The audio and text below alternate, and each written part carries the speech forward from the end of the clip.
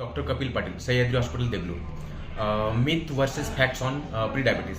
सध्या जगभरात प्री डायबिटीसचे रुग्ण हे अतिशय रॅपिडली वाढत आहेत. प्री डायबिटीस ही कंडिशन तुम्हाला मधुमेह होण्यापासून रोखते. ही एक अपॉर्च्युनिटी देते. यावेळी जर तुम्ही प्रिव्हेंटिव्ह ॲक्शन जर घेतलात तर फुल ब्लोन डायबिटीसपासून तुमचे संरक्षण होते.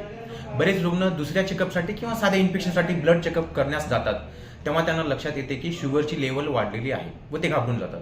प्री डायबिटीस ही डायबिटीसच्या अगोदरची स्टेज आहे. ब्लड शुगर लेवल अंशापोटी 100 ते 125 आणि जेवण केल्यानंतर 140 ते 199 ही प्री डायबिटीस दर्शवतात. नॉर्मली अंशापोटीची ब्लड शुगर लेवल 99 पेक्षा कमी ही नॉर्मल रेंज असते. 100 ते 125 ही प्री डायबिटीस आहे आणि 126 पेक्षा जास्त हे फ्रँक डायबिटीस आहे. जेवणानंतर 2 तासांचं ब्लड ग्लुकोज लोड, त्यालाच आपण ग्लुकोज ओरल टॉलरंट टेस्ट म्हणतो, ज्याची की नॉर्मल रेंज 140 पेक्षा कमी असते. 140 ते 199 ला आपण प्री डायबिटीस म्हणतो आणि हीच लेवल मोर दॅन 200 पेक्षा जास्त असेल तर त्याला आपण डायबिटीस म्हणतो. दुसरं पॅरामीटर जे आपण यूज करतो त्याला HbA1c म्हणतात. त्याचाच लॉंग फॉर्म आहे ग्लायकोसायलेटेड हिमोग्लोबिन. त्याची नॉर्मली रेंज असते 5.6 पेक्षा कमी, ज्याला आपण नॉर्मल रेंज म्हणतो. 5.7 ते 6.4 ही प्री डायबिटीस असतं आणि 6.5 पेक्षा जास्त ह्याला आपण डायबिटीस म्हणतो. अशा प्रकारे आपण प्री डायबिटीसचे वर्गीकरण करतो. जर आपण प्री डायबिटीसचे निदान करू शकलो व लाईफस्टाईल चेंज आणि डाएट मॉडिफिकेशन केलं तर आपण डायबिटीस होण्यापासून कदाचित स्वतःला रोखू शकतो. ही आपण कोणाला स्क्रीन केलं पाहिजे तर अशी मुलं ज्यांची आई किंवा वडिलांना डायबिटीस आहे, किंवा ज्यांच्या शरीराचा लठ्ठपणा आहे ज्याला आपण ओबेसिटी म्हणतो, किंवा ज्यांची पोटाची चरबी खूप जास्त आहे, किंवा अशा महिला ज्यांना प्रेग्नन्सीमध्ये डायबिटीस होतं, किंवा असे मुलं ज्यांच्या आईला प्रेग्नन्सीमध्ये डायबिटीस झालं होतं. अशाने त्यांच्या वयाच्या 30च्या मध्ये स्वतःचं डायबिटीस स्क्रीनिंग करणं हे खूप गरजेचं आहे. आता प्री डायबिटीस हे डायबिटीसपेक्षा कसं वेगळं आहे, या दोघांमध्ये काही साम्य पण आहे. काही मुख्य कॉम्प्लिकेशन प्री डायबिटीस या स्टेजमध्ये चालू होतात, ज्यांच्यामुळे आमची चिंता अशी असते की पेशंटचं डायबिटीसमध्ये कन्व्हर्जन नाही झालं पाहिजे किंवा ते रिव्हर्ट बॅक झाले पाहिजे. नॉन डायबिटिक स्टेजमध्ये किंवा डायबिटीसमध्ये प्रोग्रेशन नाही झालं पाहिजे. आपण याला अपॉर्च्युनिटी ऑफ प्रिव्हेन्शन म्हणलं पाहिजे. जे प्रेग्नन्सीमध्ये डायबिटीस होतं किंवा ज्या महिलांना पॉलिसिस्टिक ओव्हरियन डिसीज PCOD, आपण यांना खऱ्या मार्गाने गाईड करू शकतो की ते डायबिटीसपासून स्वतःला रिव्हर्ट बॅक करतील. आपण यात पॅनिक नाही झालं पाहिजे किंवा घाबरलं पाहिजे का, तर मुळीच नाही. मला वाटतं की ही एक गोल्डन अपॉर्च्युनिटी आहे आणि आपण असे रुग्ण या स्टेजला जर आयडेंटिफाय करून जेणेकरून त्यांचं डायबिटीस होणार नाही, होणारं प्रोग्रेशन आपण जर थांबवू शकलो तर आपण स्वतःला खूपच त्याच्यात सक्सेस मानलं पाहिजे. तर सेडेंटरी लाईफस्टाईल ही एक महत्त्वाचं रिस्क फॅक्टर आहे डायबिटीस किंवा प्री डायबिटीस होण्यासाठी. आता United state preventive task force for diabetes यांनी रिकमेंड केलेलं आहे for screening of pre diabetes. त्यांच्यानुसार पुरुष किंवा महिला 35 ते 70 वयोगटातील आहेत व जे लठ्ठ आहेत, ज्यांनी प्री डायबिटीससाठी स्वतःला स्क्रीनिंग करणं गरजेचं आहे. ओव्हरवेट किंवा बॉडी मास इंडेक्स 25 kg/m पेक्षा जास्त आहे, त्यांनी पण स्वतःला स्क्रीन करणं हे खूप गरजेचं आहे. आता स्क्रीनिंग कधी व किती दिवसाच्या अंतरावर करावं, तर अवरेजली 3 वर्षातून एकदा किंवा प्रत्येक 3 वर्षाला स्क्रीनिंग करणं हे खूप गरजेचं आहे. प्री डायबिटीस व इन्सुलिनचा रेजिस्टन्स काय असतो? इन्सुलिन हे एक हार्मोन आहे जे आपले पॅनक्रियास प्रोड्यूस करतात आणि हे ब्लड शुगर लेवल मेंटेन करायला मदत करते. पण बऱ्याच वेळा इन्सुलिन व्यवस्थित काम करू शकत नाही. कशामुळं? की ज्याची बरीच अशी कारणे आहेत. यामध्ये genetically predispose kind of insulin resistance किंवा ओव्हरवेट म्हणजेच लठ्ठपणा किंवा पोटाची चरबी वाढणे ही एक अशी कारणे आहेत. आणि बऱ्याच वेळा इन्सुलिन सेल्युलर लेवलवर जाऊन ॲक्शन करायला डिले होतो किंवा ॲक्शन व्यवस्थित करू शकत नाही. ही परिणामी शरीरातील ब्लड शुगर लेवल ही खूप वाढलेली असते आणि शरीरातील ब्लड शुगर लेवल ही खूप वाढून जाते. अशा वेळी वजन कमी करणे, शरीरातील लठ्ठपणा कमी करणे किंवा पोटावरची चरबी कमी करणे, अशानं आपण इन्सुलिन रेजिस्टन्स पासून स्वतःला रोखू शकतो. प्रत्येक वेळी प्री डायबिटीसचं डायबिटीसमध्येच कन्व्हर्शन होतं का, तर कन्वर्ट होतोच का, की रिव्हर्सल शक्य आहे? आता आजकाल याबद्दल खूप एक्साइटमेंट आहे, खूप कुतूहलता आहे की प्रत्येक प्री डायबिटीस झालेल्या लोकांना आता हेच वाटतं की हे रिव्हर्ट बॅक पॉसिबल आहे का, की आम्हाला आयुष्यभर गोळ्या घ्यावेच लागणार आहेत. तर मी हे म्हणतो की हा कन्व्हर्जन रेशो 70% आहे. प्री डायबिटीस झालेल्या रुग्णांना डायबिटीसमध्ये कन्व्हर्शन होण्याचं जो प्रमाण आहे ते 70% आहे.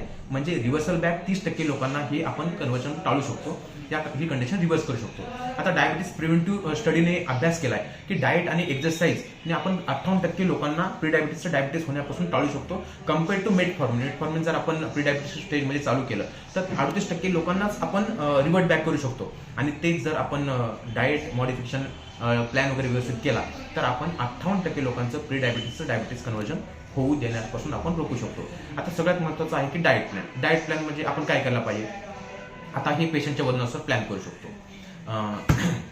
आपण ही पेशंटच्या वजनानुसार प्लॅन करू शकतो. याच्यानुसार लठ्ठ पुरुष किंवा ज्याची लाईफस्टाईल सेडेंटरी किंवा बैठे काम आहे अशांनी 20 किलो कॅलरी पर केजी पर डे इतकं डाएट कंझ्युम केलं पाहिजे. आणि जे ऍक्टिव्ह आहेत त्यांनी याच्यापेक्षा थोडंसं जास्त कॅलरीचं सेवन केलं पाहिजे. याचे 2 भाग आहेत. पहिला आहे कॅलरी कंट्रोल आणि दुसरा आहे पोर्शन कंट्रोल. समजा एक पूर्ण प्लेट आहे किंवा ताट आहे, ज्याच्यामध्ये अर्धा पोर्शन पालेभाज्या व सलाड आणि दुसरा अर्धा पोर्शन 2 भागात विभाजन करायचं आहे.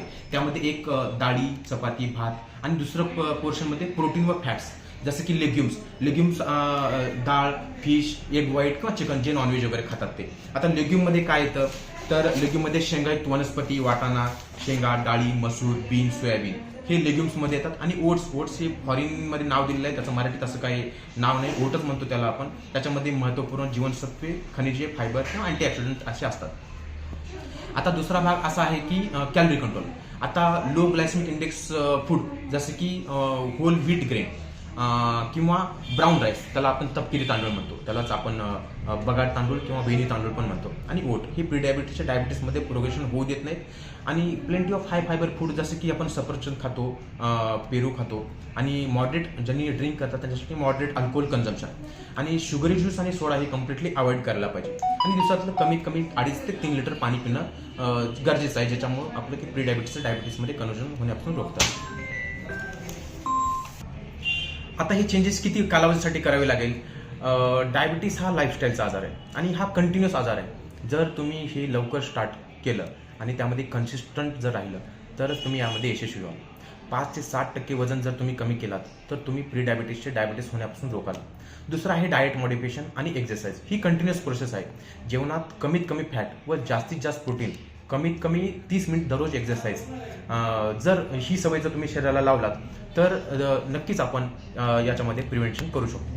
आता ग्लायसेमिक इंडेक्स काय आहे तर जेवणानंतर तुमचा शुगर लोड किती आहे किंवा याचं शुगरसोबत कंपॅरिझन केलं जातं. जेवणानंतर तुमचं जे ब्लड शुगर किती जास्त आहे त्याचं नॉर्मल शुगरसोबत आपण कंपॅरिझन करतो, त्यालाच आपण ग्लायसेमिक इंडेक्स म्हणतो. नॉर्मली ग्लायसेमिक इंडेक्स हा 50 ते 55च्या मध्ये असतो आणि 55 ते 75 असेल तर प्री डायबिटीस किंवा मॉडरेट ग्लायसेमिक इंडेक्स म्हणतो. आणि 70पेक्षा जास्त असेल तर त्याला हाय ग्लायसेमिक इंडेक्स म्हणतो. आता लेग्युम्स जे आत्ता मी तुम्हाला सांगितलं की लेग्युममध्ये शेंगायुक्त वनस्पती, वाटाणा, शेंगा, डाळी, मसूर, बीन, सोयाबीन हे आणि याच्यासोबत पालेभाज्या, फळं ही लो ग्लायसेमिक इंडेक्समध्ये येतात. मिडल ग्लायसेमिक इंडेक्समध्ये काय येतं तर ओट्स जे आता तुम्हाला सांगितलं आणि ब्राऊन राईस, तपकिरी तांदूळ म्हणतो ज्याला आपण. आणि हाय ग्लायसेमिक इंडेक्समध्ये काय येतं की आपला भात, व्हाईट ब्रेड, म्हणजे गहू. तर हे हाय ग्लायसेमिक इंडेक्समध्ये येतं. आता पुढचा प्रश्न आहे की योगा किंवा मेडिटेशन ही प्री डायबिटीसमध्ये होणारं कन्व्हर्जन टाळतात का? तर नक्कीच. एक्झरसाइजमुळे इन्सुलिन रेजिस्टन्स कमी होतं आणि वजन कमी होतं. एक्झरसाइजमुळे बीपी कंट्रोल पण होतं आणि कॉरोनरी आर्टरी डिसीज. तर आता सगळ्यात महत्त्वाचा प्रश्न आहे की कोणता व्यायाम करायचा? व्यायाम करा, एक्झरसाइज करा. तर कोणत्या प्रकारचा व्यायाम करा? तर 4 प्रकारचे व्यायाम आहेत. त्याला पहिला आहे रेजिस्टन्स ट्रेनिंग म्हणतो, ज्याच्यामध्ये आपण मसलची पॉवर वाढवतो. दुसरा आहे एरोबिक एक्झरसाइज, ज्याच्यामध्ये आपण दररोज 30 ते 40 मिनिटं चालायला पाहिजे. तिसरा आहे फॅसिलिटी एक्झरसाइज, हे तुमची मोबिलिटी आणि मसल टोन वाढवतं. आणि चौथा आहे एन्डोरन्स एक्झरसाइज, ज्याच्यामध्ये कार्डियाक आणि हृदयाची कॅपॅसिटी वाढवते. आता योगा हे शिकायला खूप सोपं आहे, ज्याच्यामुळे चरबी कमी होते आणि काही पोजेसमुळे तर बीपीचा पण कंट्रोल व्यवस्थित होतो. आता सगळ्यात महत्त्वाचा प्रश्न आहे की 3 मिनिट. आता प्री डायबिटीसमध्ये काही धोके किंवा कॉम्प्लिकेशन होऊ शकतात का? तर प्री डायबिटीसचे पेशंटना मॅक्रोव्हास्क्युलर कॉम्प्लिकेशन चालू होतात, जसे की हृदयाचा झटका किंवा स्ट्रोक. आणि मायक्रोव्हास्क्युलर कॉम्प्लिकेशन जसं की अंधत्व येणं, किडनीचे आजार किंवा गँग्रीन हे डायबिटीसमध्ये पण होऊ शकतात.